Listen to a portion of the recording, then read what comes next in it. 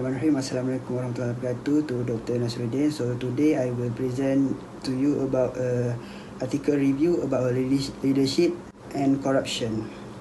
So we continue to the introduction. According to John Scully, leadership focus on the vision, ideas and direction. It has more to do with motivating others to follow the same path and achieve the same objective than it does with a day-to-day implementation. Meanwhile, for the definition of a corruption, it can be defined as a dishonest conduct on the part of a people in position of authority, such as manager or elected politician.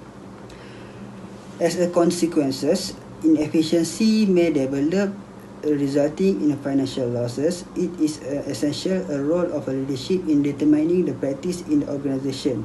The reason is that ethical and positive value practice in the organization may curb or reduce unethical behavior, such as corruption, bribe, and injustice decision making in the organization.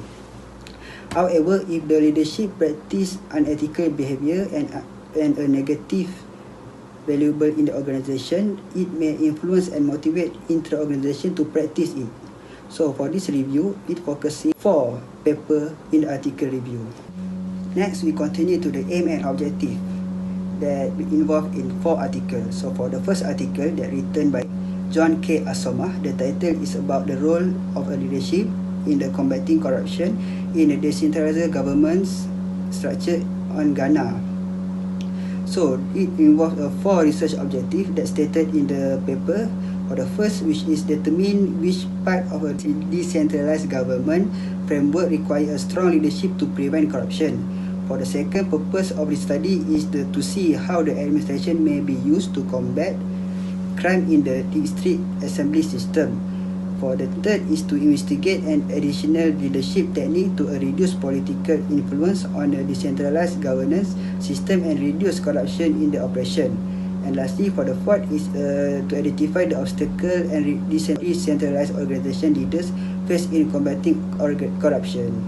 For the second article, that written by Mohsin Bashir and Shahidul Hassan, the article is on the need of ethical leadership in combating corruption. This paper aims to see if the quality of the incentive of system influence the efficiency of a moral leadership in preventing crime in a government. The author focused on 2 incentive systems, which is a procedure fairness and performance-based reward.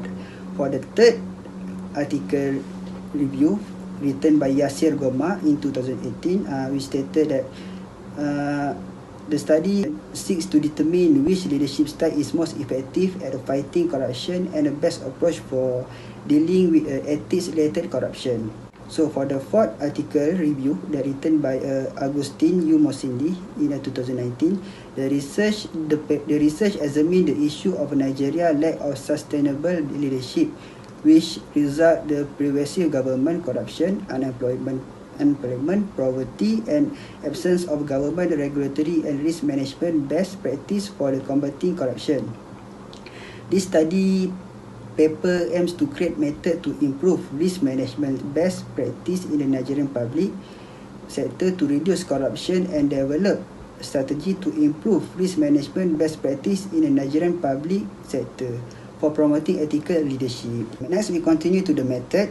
For the first article written by John K. Asomah, the questionnaire method was used to conduct the study, which the author used the quantitative style in collecting the data. Although 95 officials from the GA South Municipal Assembly were scheduled to participate in the survey, only 84 replied affirmatively. The decision was motivated by the fact that it allowed respondents to contribute to the research during their spare time. The author also used a purposive sampling for the sample. This type of a non-probability sampling in which research depends on their judgment in the selecting members of the public to participate in their surveys. For the second article, written by Mohsin Bashir and Shahidul Hassan, it used a quantitative method in the study. However, in the second article, research did not stated clearly on sampling method used in their writing. The researcher addressed the program director and sought access to the contact information for all of the trainees of the program. The researcher were provided with an email address for 2,336 trainees by the program administration. For the third article that written by Yasir Goma in 2018, it been used. This method been used by the researcher for this study. The researcher conduct the interview and questionnaire towards each respondent and participant. The practical components of the third article research consist of a survey with 100 participants, respondents, and 5 interview with a successful leader. That mixed method research mixed paradigm enabling research to investigate both a deductive and inductive perspective, allowing a researcher to combine theory production and hypothesis testing within a single study. For the fourth article, written by Agustin Yumosindi, the researcher using a qualitative approach. This study used a modified Delphi technique in 4 rounds and was conducted via an anonymous internet survey. First round is where the researcher conduct the survey online and collected the answer from respondents who have expertise in their field. For the second round is by present panelists with an opportunity to explore evidence based on risk management best practice and their potential to foster virtual-based leadership and the development of leadership character in Nigeria. For the third round, it involved participants rating the applicability and importance of each of the risk management best practice and leadership characteristics identified in rounds on 1 and 2, which is Likert scale. And also for the researcher deliver the result of round 3 graded data analysis to the panel for the fourth round. So to summarize this section between 4 articles, the best effective method used by the past research in my view is based on mixed method. By third article written by Yasir Goma, the reason is because by combining quantitative and qualitative research and data, the researcher benefit in their breadth and depth of knowledge as well as corroboration, while at the same time balancing the limitation inherent in utilizing each method alone. Next, we continue to the main finding. For the first article, there are 4 elements in their main finding. For the first element in the main finding is the impact of a corruption on decentralized government system. The author research stated that invoicing is one of the most prevalent corrupt activities that negatively impact and function of a decentralized grassroots government system. For the second element, the main finding is on problem relating to a region under decentralized governance system that needs strong leadership to fight corruption. The author stated that when it comes to effective leadership in grassroots government institution, procurement is an important area that require strong leadership to be successful. For the third element in main finding, for the first paper focus on how leadership may be used to combat corruption inside district assembly. According to author, corrupt practice may be significantly improved by putting competent professionals in a critical position, including finance, procurement, human resource management, and revenue collection. For the fourth element, the main finding is minimizing political interference to maximize leadership effectiveness in decentralized governance system. So for the second article, the main finding focus on the stated by the author, which is organization is misusing or squandering office money or resource when it is reached 3.79%. For the second main finding is falsifying or misreporting fact is the second often practiced by the organization. For the third primary result, the author analysed that the providing an unfair advantage to a vendor or contractor is the third practice organization with a prevalence of 2.52%. For the fourth primary result of the author research is that the organization often accept a gift or a favor in a return for a service. And the fifth finding of the author study accepting or requiring a bribe practice by an organization is 4.05% on the often practice. So in the second article, the hypothesis in this article support hypothesis 1, 2 and partially 4. For hypothesis 1 is ethical leadership will be adversely associated with a corruption allegation. Moreover, in hypothesis 2 is performance-based compensation will be linked with a reduction in a corruption. In hypothesis 4, ethical leadership and corruption will be weaker in public company when incentives are distributed based on performance and workers feel a high degree of procedural fairness. Hypothesis 4 accept or partially is because when the respondent indicate a high degree to procedural fairness, the connection between ethical leadership and corruption is modest. Nevertheless, it is a much greater when the respondent report to a low level procedural fairness. For the main finding for the third article written by Yasir Goma, for the first finding, which is transparency and openness in government expenditure should be promoted. It means the government should begin to be more open, such as disclosing the salary of ministry and making all information accessible to the general public. For the second finding, which is reduce red tape, it means there are many rules and excessive bureaucracy which allow lower pay workers to take advantage of the situation by accepting a bribe in exchange for completing process and obtaining permission. For the third finding for this paper, which is targeted cash transfer should replace regressive and distorting subsidies. The main finding of the fourth article by Agustin Yumosinde, the first round, the researcher asked an expert panel member a series of demographic questions in order to get insight into the areas of expertise, level of education and the general makeup of a panel. The results show all 23 respondents are Nigerian and each who was come from distinct ethnic group. The main findings show that panelists suggest 10 additional risk management best practice for fighting corporate government constant corruption in the second round.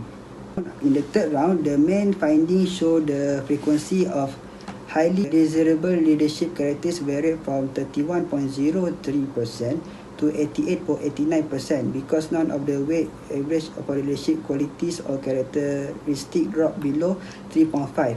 All leadership attributes of a characteristic were represented in a round 4 for expert panel members to rank by significance.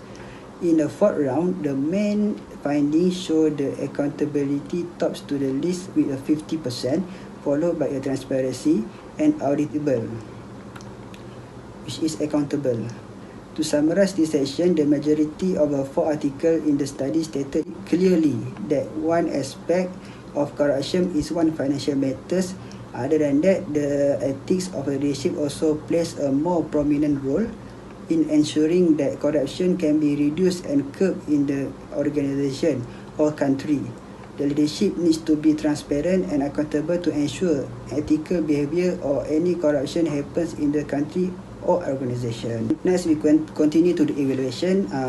In term of evaluation, for the first article, the research should be undertaken to determine how political involvement in the administration of the decentralized system may be reduced, if not eliminated entirely. Political involvement was identified as a significant factor that fosters corruption within a Ghana government system. Indeed, it's becoming more apparent that strong leaders succumb to political pressure or fear of losing their position for being recycled within the public sector. For the second article, in terms of evaluation, the researcher conducted the study using a cross-sectional design. As a result, the research is unable to establish a causal link between ethical, leadership and corruption. Additionally, the author research had a drawback in that they utilized a convenient sample. The participants were government and non-profit workers who work on USAID-funded initiative in Pakistan. The author used of non-profitability sample result in selection bias, which their data cannot resolve. Corruption may actually be far more prevalent in groups that are not affiliated with USAID in Pakistan.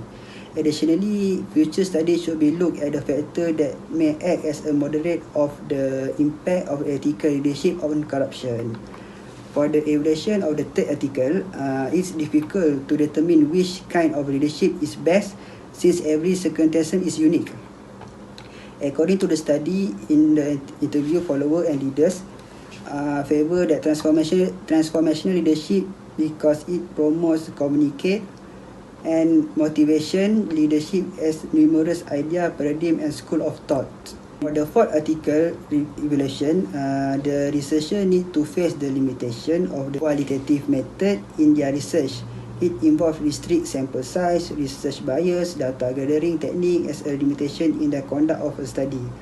Other than that, the research study is a problem of non-representative of the whole population. This research sought that obtained an agreement from 35 Nigerians on the role of risk management best practice may play in the reducing or preventing corruption and the enforcement of ethical leadership in Nigeria public sector organization. The research also considered non-responsiveness bias in research work as absence of a research study participant of the absence from the future response survey question during a DFP study. So next we continue to the conclusion. In the conclusion, effective leadership is essential in ensuring that unethical conduct as well as any mistake or behavior practice does not occur within a company or within a country. In accordance with a previous research, this is due to the fact that ethical leadership tends to guide a company or a nation towards a favorable and beneficial environment. On the other hand, leaders who engage in negative or unethical conduct have a tendency to impact the unfavorable atmosphere and unethical practice that exists inside their organization and across the country. The openness and accountability values that every leaders or a leadership that leads to a certain organization or agency must be practiced by them. That's all. Thank you.